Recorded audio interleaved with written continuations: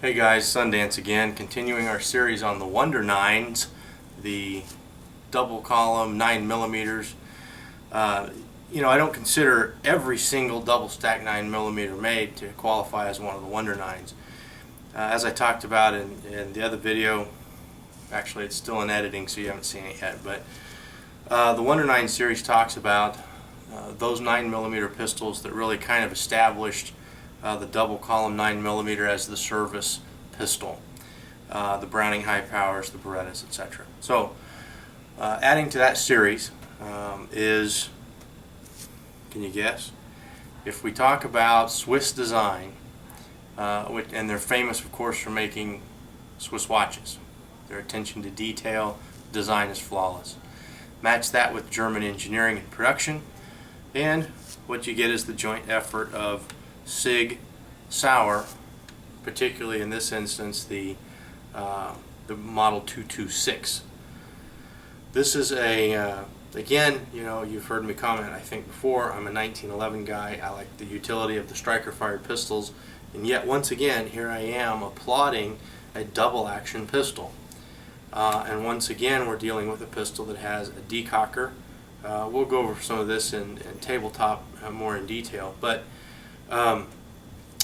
the SIG 226 is so far the most accurate out of the box pistol I have shot. The attention to the detail, the precision, the quality doesn't come cheap. These are not cheap handguns. These aren't even reasonably budgeted guns. Excuse me. For what you set aside, you could buy a couple of other pistols of other brands in what it would take you to buy the one SIG. I will say I've shot a lot of SIGs. Not everything in their line is something that I'm a fan of, but the 226 certainly is one of them. Later on I'll probably do a review on the 229 because that's another one that I'm a fan of. But I'm going to direct you to the tabletop and we'll go into some more detail about the SIG. Hey guys, welcome to the tabletop on the SIG Sauer P226. This is your opportunity just for an up-close look at one of the great Wondernines. Again, this is part of the Wondernine series. Those guns, the double stack 9 millimeter high capacity pistols that kind of set the bar for service pistols, military pistols with worldwide distribution, long history and lineage of service.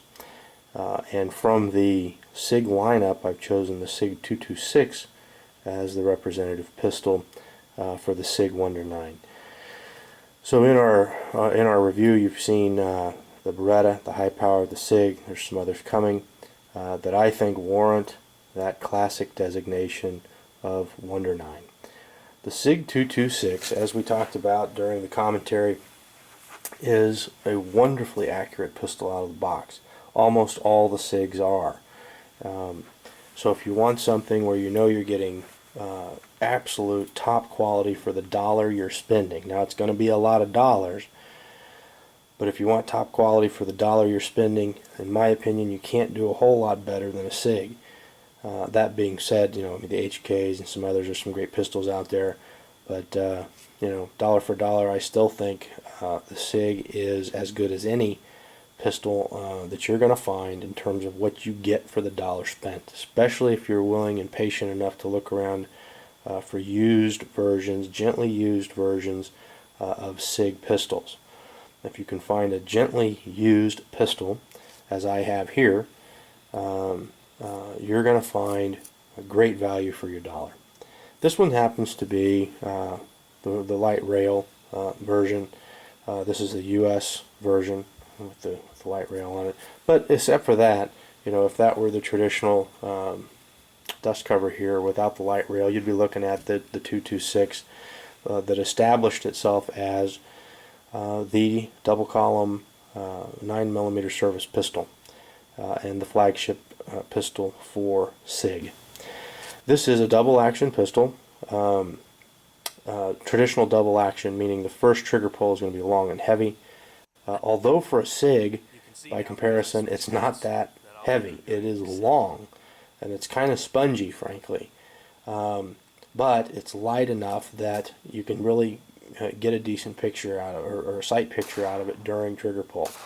The problem, of course, with most double action pistols, and the reason I generally don't like them, with the exceptions of, like we've talked about, the Beretta and now the SIG, most of the time the double action, the first trigger pull is so rough that as you're forcing that back, that all the small muscle tension in your hand that is forcing that trigger back is causing wobble and tension, which makes these sights wander on your sight picture when you're on target, and therefore you're not as accurate as you would be, for example, in a single action pistol.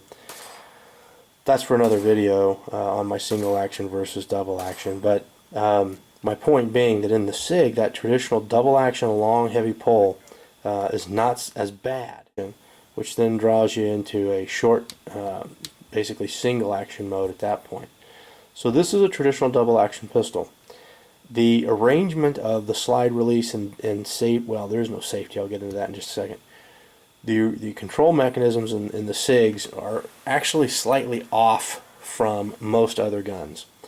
In most other guns, the slide release mechanism to drop the slide forward from its position at the rear would usually be right in here somewhere.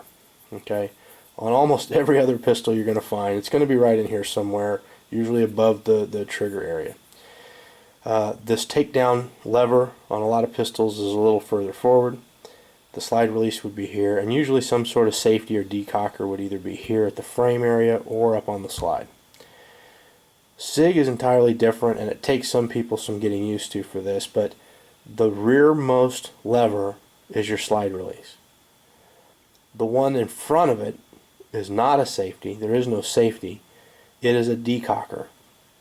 Now, of course, they have other variants, but in talking about the true P226 and the standard variants of most SIGs, this is a decock mechanism that will drop the hammer safely on a loaded chamber so that you're ready back into the condition of cartridge in chamber, hammer down, ready for the first double action trigger pull, that long heavy trigger pull. In other words, returning it to holster ready.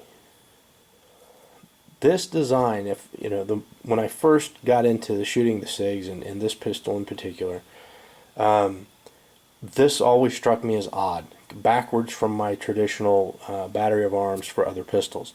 But the more I thought about it, it makes a lot of sense. In the heat of combat, the slide release mechanism is more important than the safety. Think about that for a second.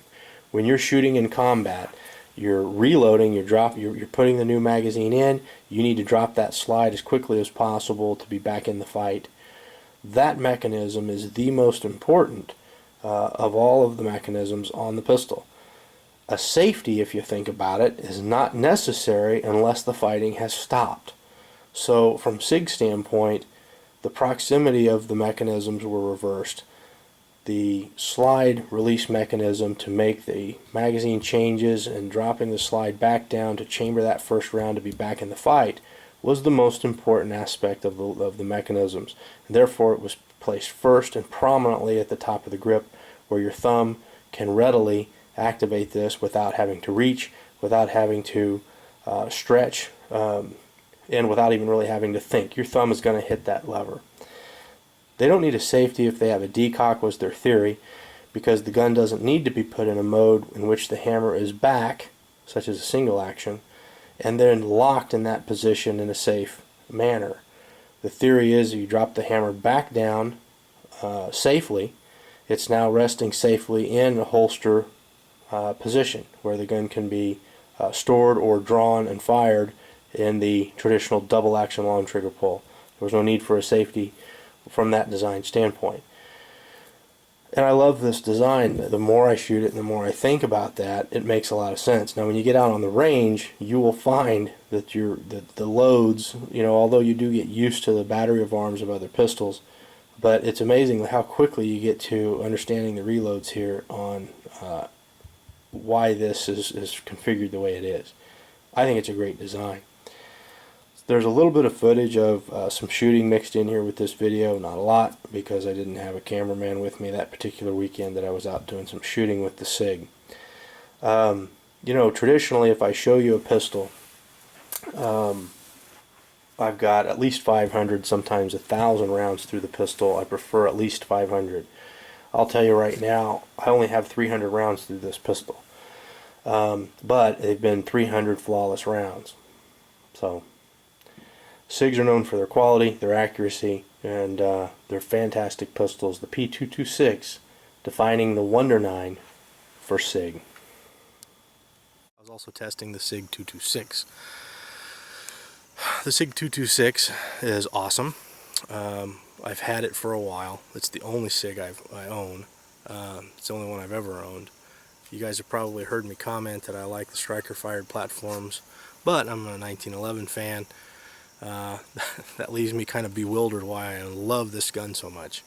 It's not a system I would typically be a fan of, double action. However, this is an extremely accurate pistol for being one of the Wondernines. I'm going to do a series on the classic Wondernines, so this will be part of that series. But I have found this to be extremely reliable with all kinds of ammunition. It's extremely accurate. They're expensive, of course, but I firmly believe in this instance you're getting every penny that you're paying in quality. So I have shot other SIGs, and I've found them to be all consistently high quality, accurate, and reliable. I've just never bought one for myself until a few months ago. So big fan. I might even buy more of them.